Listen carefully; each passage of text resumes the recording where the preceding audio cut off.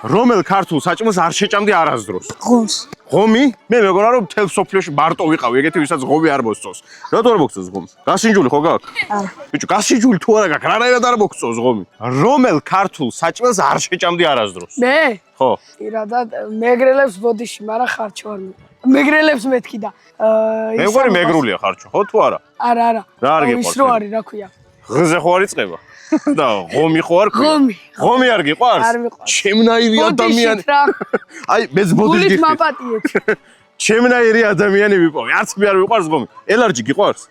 გაგასი? ელარჯი, აი მე ელარჯი მიყვარს. არასოდეს მეგრული ის არა მაქვს გასინჯული. და გასინჯული გაქვს ღომი? არა. აბა რანაირად არ გიყვარს ბიჭო ღომი?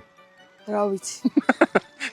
რაღაცაშია საქმე, ვერ გავი. კახეთში ვარ და შეიძლება მაგიტო არ უყვარს ღომი.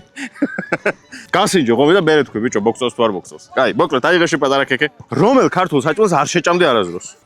ჩაკაფულს. ჩაკაფულს? ბიჭო, კახეთში ვარ და ჩაკაფულს არ შეჭამდი, არ გამაგიჟო ხა. არ მომწონს რა. ჩაკაფული არ მოგწონს ბიჭო? კახელი ხო ხარ? ჩაკაფული არ მოგწონს? არა. კახეთის საზღვარზე გავიყვანოთ და დავტოვოთ იქ ეს ბავშვი. კაი, არა უშავს საჭმელი ხა, დიდი ამბავი რომ არ მოგწონდეს, ეგ არაფერი ვხუმრობ. წვანელები და რაღაცები. წვანლები არ მოგწონს ბიჭო?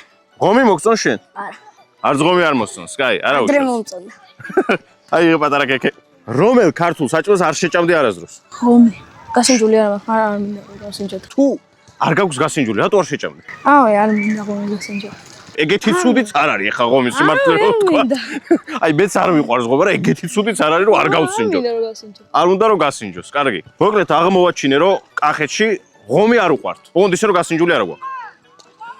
უცნაურია, მაგრამ ეგრეა. აიღე მოკლედ ჩემს პატარა ქექე, გახსენე და მანახში გინტრადეს. ამოვიდა ესეთი ულამაზესი მანქანა.